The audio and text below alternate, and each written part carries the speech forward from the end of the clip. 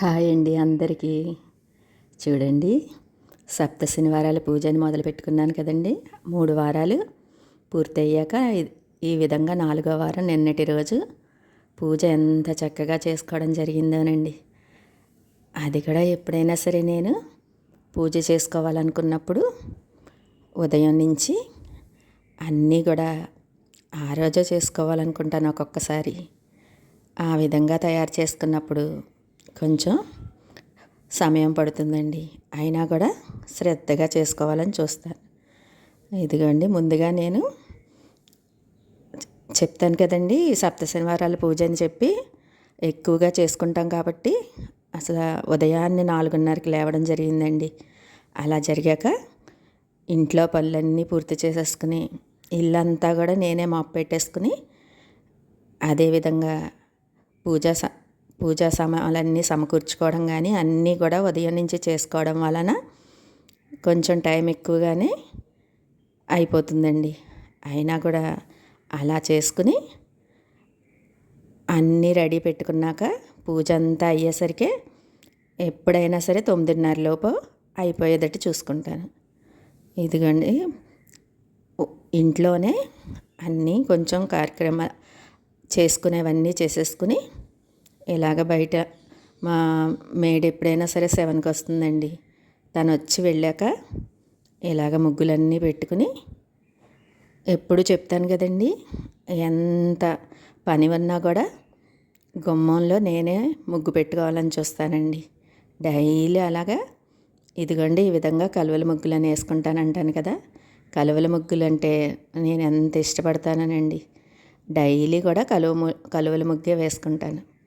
ఈ విధంగా మా బాల్కనీ ఎదుర కొంచెం ప్లేస్ ఎక్కువగానే ఉంటుందండి. అందుకని చెప్పి ఈ విధంగా ముగ్గులన్నీ పెట్టుకుని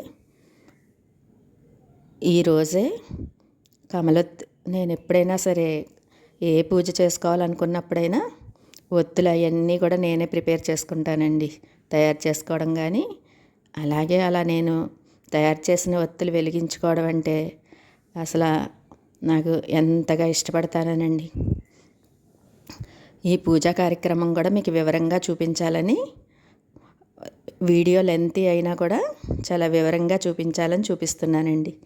మొదట మనం ఇదిగోండి పూజా మందిరం ముందు డైలీ పూజ చేసుకుంటాం కదండి. అందుకని చెప్పి పూజా మందిరంలో ఫోటోలన్నిటికి పువ్వులతో అలంకరించేసుకుని తరువాత పూజ మందిరం ముందు మనం పసుపుతో అలికి పిండితోటి చక్కగా పద్మం వేసుకుని పద్మంలో చక్కగా గంధం కుంకుమ సమర్పించి మనం ఇదిగోండి స్వామికి ఈ విధంగా ఇలాగ పీట వేసి దాని మీద మనం క్లాత్ని పరుచుకుని,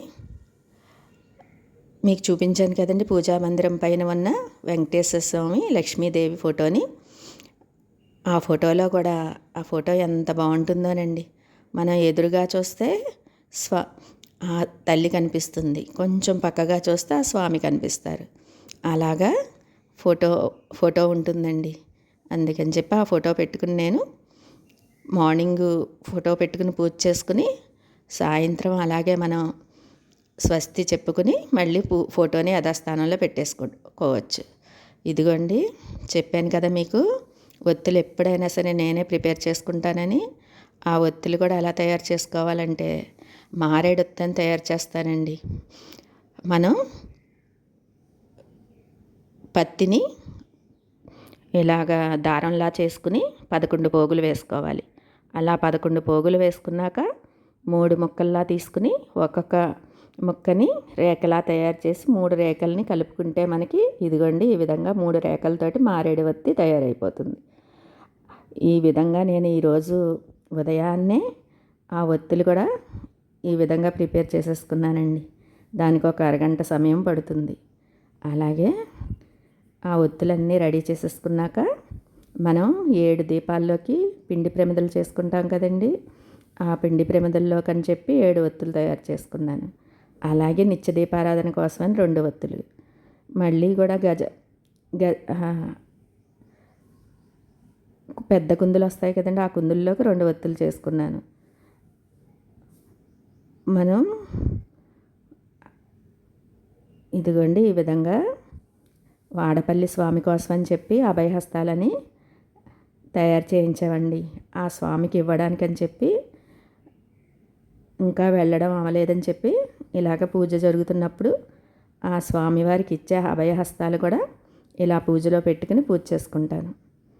ఇదిగండి ఆ స్వామికి మనం ఎంత చేసినా తక్కువే అని చెప్తాను కదండి పూజ. అలాగే ఈ విధంగా మనం పువ్వుల్ని కూడా చక్కగా అలంకరించుకుని మనం ఎప్పుడైనా సరే ఎంతో భక్తి శ్రద్ధలతో చేయాలని చెప్తాను కదండి.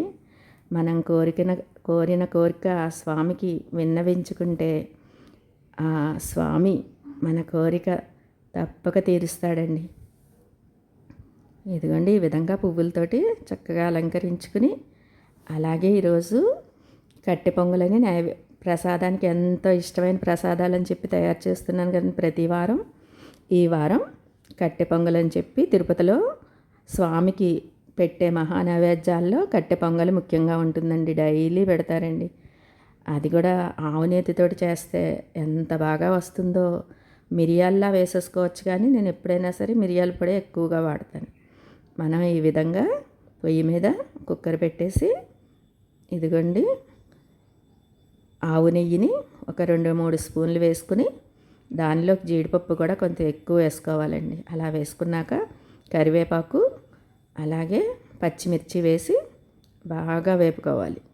అలా వేపుకున్నాక మనం దానిలోకి నేను ఈరోజు ఒక అర గ్లాసు బియ్యం, అర గ్లాసు పెసరపప్పు, అలా ఒక గ్లాస్ అయ్యింది కాబట్టి మనం 2 గ్లాసులే వాటర్ పోసుకోవాలండి. ఇది కొంచెం 2 విజిల్స్ రానిచ్చేసుకుంటే మనకి మరీ ముద్దలా అయిపోకుండా పొడి పొడిలాడుతూ ఉంటుంది.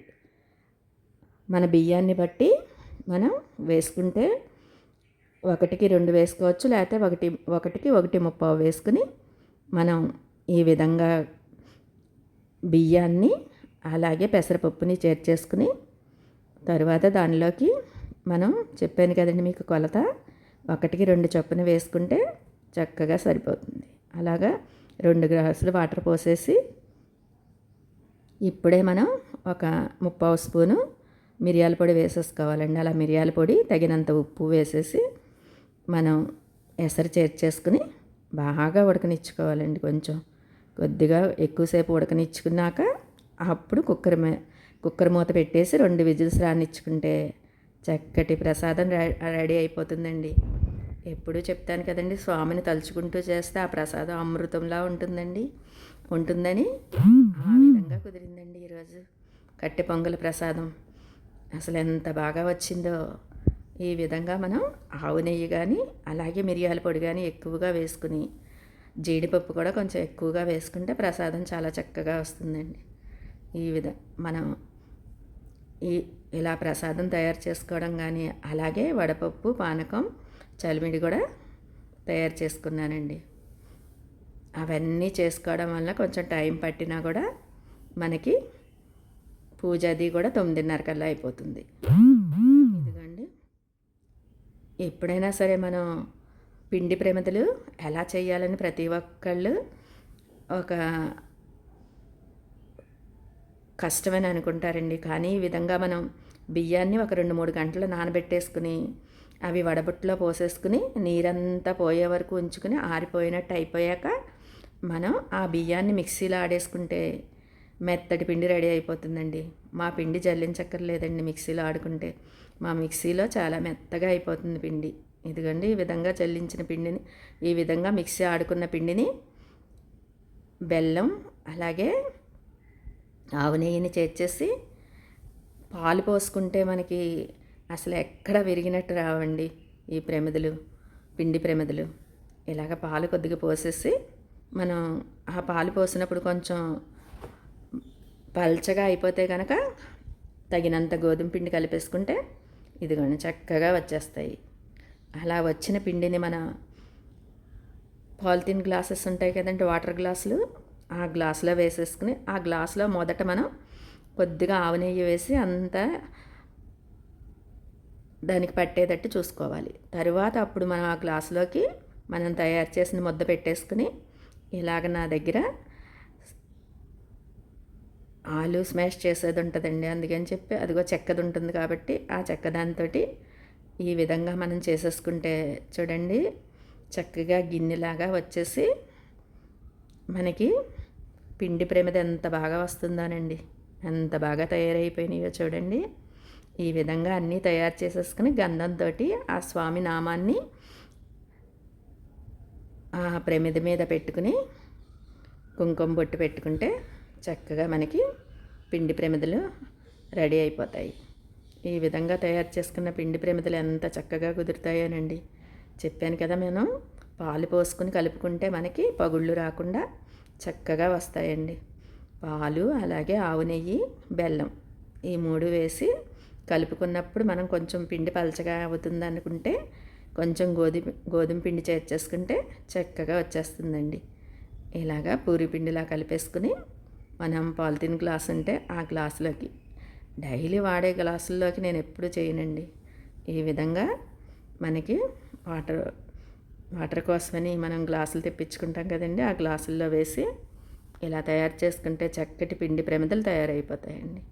ఇదిగోండి ఈలోపు మీకు చెప్పాను కదా కట్టు పొంగలకని, ఇలాగా బాగా ఉడకడం ప్రారంభించాక ఒక 5 నిమిషాలు ఉడికాక అప్పుడు మనం కుక్కర్ మూత పెట్టేసుకుని విజిల్ పెట్టేసి 1-2 విజిల్స్ రానిచ్చుకుంటే చక్కటి కట్టె పొంగల్ రెడీ అయిపోతుందండి. అందరూ మనం ఇలా సప్త శనివారాల పూజ అనుకున్నప్పుడు కొంచెం ఎక్కువగానే చేసుకోవాల్సి వస్తుందండి. అదేవిధంగా నేను చేసే పూజా విధానం మీకు చూపిస్తున్నాను. కానీ మీకు మనం శనివారం రోజులు ఇలాగే చేసుకోవాలనే ఉండదండి. చక్కగా ప్రతి శనివారం కూడా మనం పూజా కార్యక్రమాలు మనం చేసుకునే విధంగా చేసుకుని ఆఖరి శనివారం మటుకు ఇలా ఎక్కువగా చేసుకుంటే బాగుంటుందండి. కానీ నేను ఎందుకనో 7 శనివారాలు కూడా ఇలాగా ఈ విధంగానే చేసుకోవాలని చూస్తున్నానండి.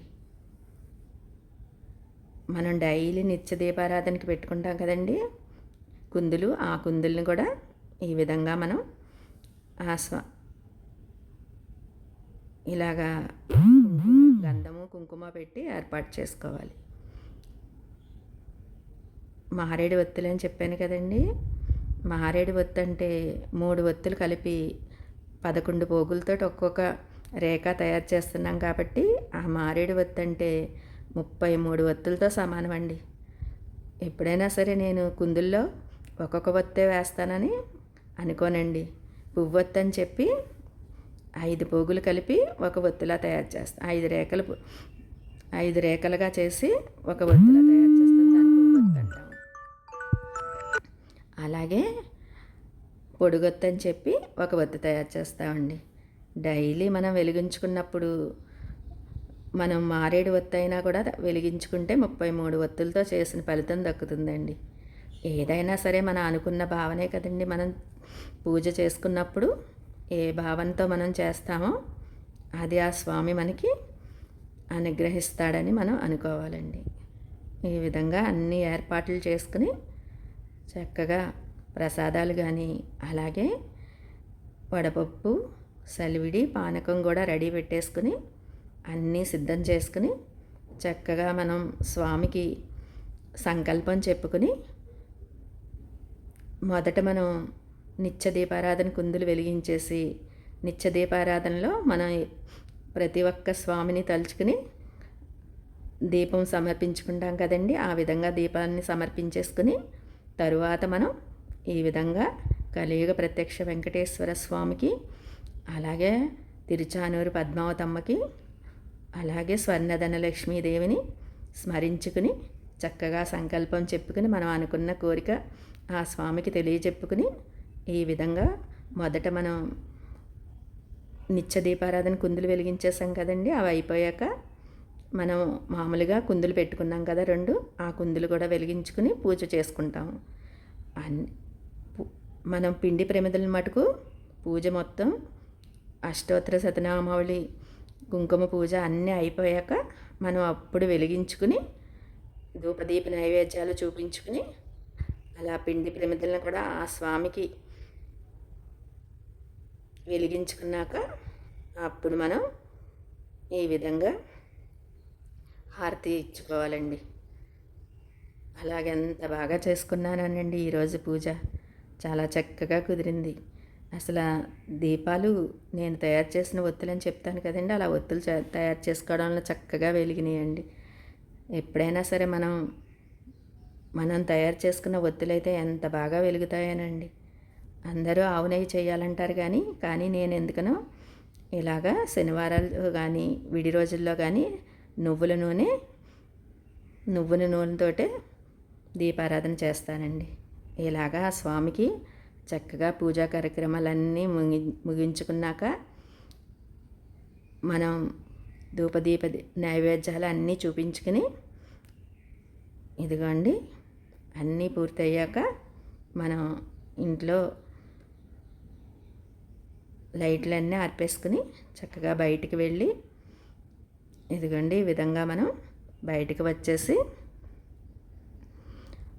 ఎప్పుడైనా ఇలా బయటికి వచ్చినప్పుడు ఆ సూర్యనారాయణమూర్తికి మనం నమస్కారాలు తెలియచెప్పుకుని అలాగే మా ఇంటికి దగ్గరలో అమ్మవారి గుడి ఉంటుందండి, మా వాళ్ళమ్మ తల్లి గుడి. ఆ తల్లికి కూడా నమస్కారాలు తెలియచెప్పుకుని ఇదిగోండి ఎప్పుడైనా సరే మనం లోపలికి నైవేద్యాలు అవి సమర్పించుకోవడానికి కోసం అని చెప్పి తలుపు వేసినప్పుడు ఆ తలుపు మీద అమ్మ స్వామి అని చెప్పి తలుపు కొట్టినట్టుగా భావించి ఆ స్వామి వచ్చా అని చెప్పి తలుపు తీస్తున్నట్టుగా భావించుకోవాలండి. ఏదైనా సరే మన భావనే కదండి ముఖ్యం. అలాగ లోపలికి వెళ్ళగానే ఎందుకనో చక్కగా మనకి పూజ చేసుకున్న ఆనందం కానీ అలాగే ఆ స్వామిని చూసిన ఆనందం కానీ ఎంత బాగా కలుగుతుందనండి. ఈ విధంగా చక్కగా ఆ స్వామికి నమస్కారాలు తెలియచెప్పుకొని మనం అందరినీ చల్లగా కాపాడు స్వామి అని చెప్పి ఆ స్వామికి నమస్కారాలు తెలియచెప్పుకుని ఈ విధంగా నేను పూజ అంతా ముగించుకోవడం జరిగిందండి. చక్కగా ఈ పూజ కానీ అలాగే నేను చేసుకున్న విధానం కానీ మారేడు ఒత్తులు కానీ మీరు చేసుకోవాలనుకుంటే చక్కగా చేసుకుని ఆ స్వామికి దీపారాధన చేసుకోవడం అలవాటు చేసుకోండి. ఈ వీడియో కనుక మీకు నచ్చితే లైక్, షేర్, కామెంట్ మాత్రం మర్చిపోవద్దు.